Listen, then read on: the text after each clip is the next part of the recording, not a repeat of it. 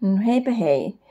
Syksyltä jäi vielä näitä maalauksia, joita ei vaan ole tullut sitten esiteltyä tai kuvattua. Ja nyt sitten ajattelin, että pitää viimeinkin niin kuin tehdä se sitten. Ja tosiaan tämä oli yksi niistä. Ja sitten eka tuli semmonen, että mitähän tähän pitäisi maalata tähän pohjaan. Ja sitten tuli, että no lohikäärme. Mutta sitten mä ajattelin, että no enhän mä osaa sellaista maalata. Mutta kuitenkin sitten jonkinlainen lohikäärme tähän tuli. Ja vuoristo. Että se oli sillä tavalla yllättävä juttu kyllä, että näin tapahtui. Ja no viestistä en osaa silleen sen kummemmin sanoa, että mitä se nyt sitten viestii. Ja, tai sillä tavalla. Niin kun, mutta tässä oli ihan mielenkiintoisia yksityiskohtia minusta. Tuli, että tykkään tuosta punaisesta tuolla niin kuin kaiken keskellä ja nämä pilvet vai mitä ne on. Ne on kans. Ja et ihan erikoinen tuli, että näin yllätyksenä. Ja nämä on vielä niin kuin näitä öljyvärimaalauksia, että sitten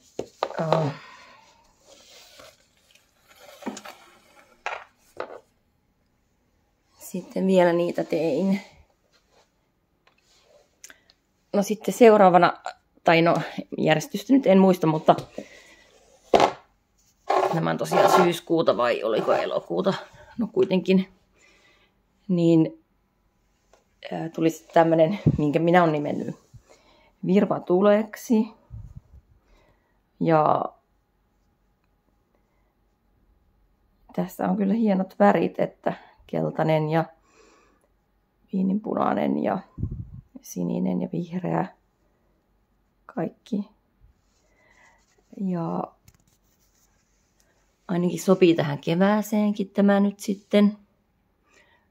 Että siinä on niin kuin silleen hyvät värit siihen. Ja tässä on minusta merellistäkin, että tässä on tämmöistä aallokkoa tai tämmöistä.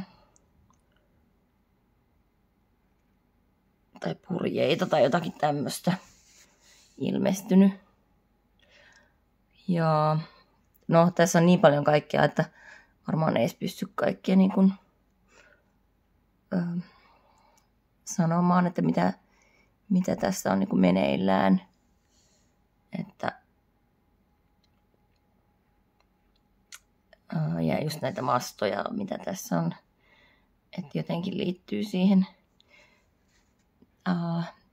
Tuli muitakin maalauksia, niin niistä sitten myöhemmin täytyy vielä niitä näyttää. Että tämä laiva tai tämmöinen teema tuntuu niin kuin olevan siellä pohjalla. Paljonkin minulla ainakin. Ja joo, ja tähän tuli myös tämmöinen kärpänen meni itsekseen tämän taulun päälle. Ja tietenkin se oli kohtalokas virhe häneltä, mutta jätti sitten muistun tähän itsestään, että hän teki semmoisen uhrauksen tämän maalauksen puitteissa. Ja joo, en osaa tästä nyt tämän tarkemmin sanoa, mutta tässä on kyllä monenlaisia maailmoja niin kuin yhden maalauksen sisällä, voisi sanoa.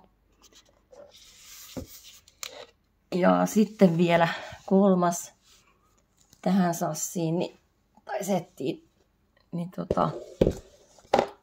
oli sitten, tämä on oikeastaan niin kuin jatkoa minun yhdelle toiselle maalaukselle, jossa on myös Keiju, ja hän sitten teki tuosta sateenkaaresta, tai punoa sateenkaarta, niin tämä taas sitten punoa taivaan jostakin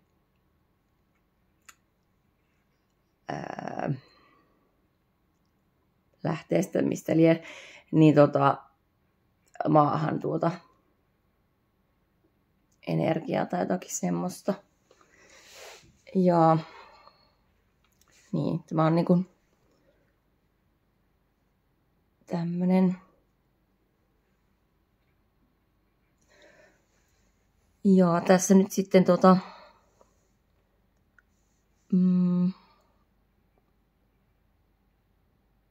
hyvin monenlaista, että monenlaista väriä tulee sieltä.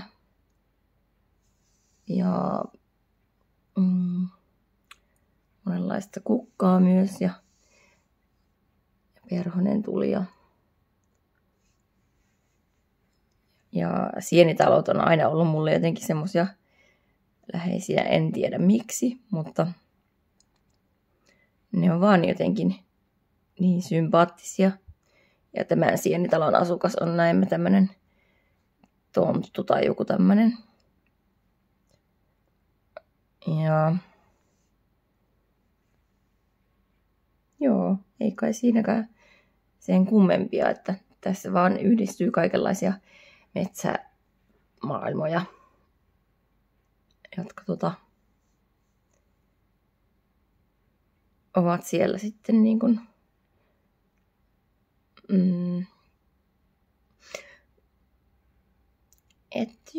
että ehkä se, että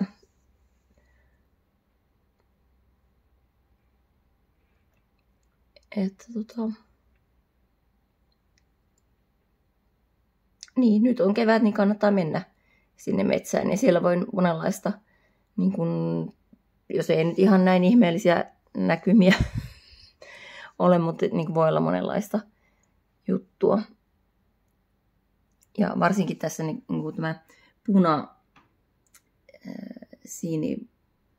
tämä kun siis sinivalkea kukka oli minusta kiva niin kuin, jota tuli, että jonkinlainen orvakki tai joku semmonen. Ja joo, ei tässä muuta näillä näkymin, että halusin vaan nämä maalaukset nyt sitten niin kuin vielä videoida, että en tiedä tuleeko uusia maalauksia milloinkaan ja minkälaisia, mutta nämä nyt oli tämmöisiä vähän enemmän esittäviä, ainakin osa, mikä oli niin kuin yllättävää, mutta kaikille hyvää kevättä ja palataan taas uuden videon pariin, jos niitä lähtee tulemaan sitten. Hei hei!